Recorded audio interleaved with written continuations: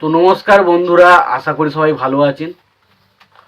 তো বন্ধুরা, এখন আমি যে বিষয়টা নিয়ে কথা বলবো, তো সেটা হলো যে সাকিব খানের যে লাগে উড়াধুরা গানটা, সেটা অলরেডি কিন্তু 100 মিলিয়ন ক্রস করে গেছে শুধুমাত্র একটা চ্যানেল থেকে। চরকি বলে যে বাংলাদেশের যে চ্যানেলটা রয়েছে, যেখানে আর কি এই সিনেমার সব কিছু এসেছিলো, মানে বাংলাদেশের একটা বড় চ্যানেল চরকি। তো সেখান থেকে লাগে উড়াধুরা গানটা ছাড়া হয়েছিল এবং সেই গানটা অলরেডি কিন্তু 112 মিলিয়ন কিন্তু ভিউজ পেয়েছে, যেটা কিন্তু ডেফিনেটলি বিরাট বড় একটা অ্যাচিভমেন্ট। এবার যদি লাইকের কথা বলি, তো লাইক মোটামুটি ওই 5,67,000 এরম টাইপের একটা লাইক কিন্তু ওভারঅল এসছে। এটা কিন্তু ডিফারেন্ট, এটা বিরাট বড় একটা লাইক। 5,67,000 লাইক মানে কম লাইক কিন্তু নয়, এটা ডেফিনেটলি একটু বিরাট বড় ব্যাপার।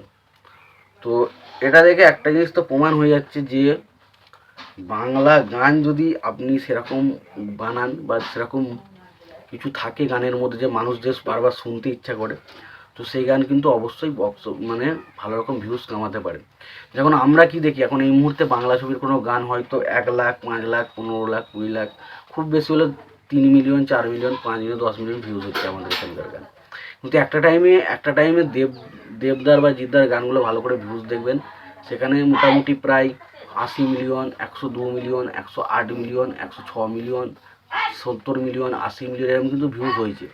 তো ডেফিনেটলি বোঝা যাচ্ছে তখন কিন্তু ওই গানগুলো মানুষ খুব পছন্দ করতো। সেই টাইপের গান কিন্তু মানুষ ইউটিউবে এসে দেখতে পছন্দ করে এবং দেখে খুব, যেটা কিন্তু লাগে উড়াধুরা বা দুষ্টু কোকিলের মতো গানের মধ্যে আমরা পেয়েছি। তো যেই কারণে কিন্তু গানগুলো এত মানুষ পছন্দ করছে এবং প্রায় বারবার মানে কি এই ভিউজটা এই মুহূর্তে থেমে থাকার নয়। যখনই মানুষের ভালো লাগছে না, এবার ওই গানটা লাগিয়ে দিচ্ছে, দেখছে। আমি প্রায় 40 থেকে 45 বার গানটা দেখেছি, 40 থেকে 45 বার। আমার মতো হয়তো অনেক অডিয়েন্স রয়েছে যারা দেখছে, প্রতিদিনই দেখছে, এখনও দেখছে গানগুলো।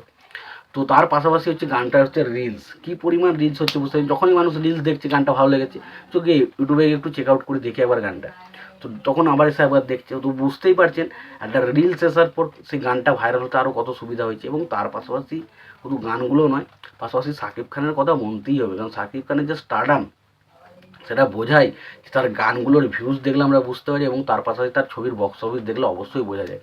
তো ডেফিনেটলি শাকিব খান এই মুহূর্তে বাংলার ওয়ান অফ দ্য স্টার বলাই যায়। তো এই গানটা 112 মিলিয়ন ভিউজ কিন্তু ক্রস করে ফেলেছে।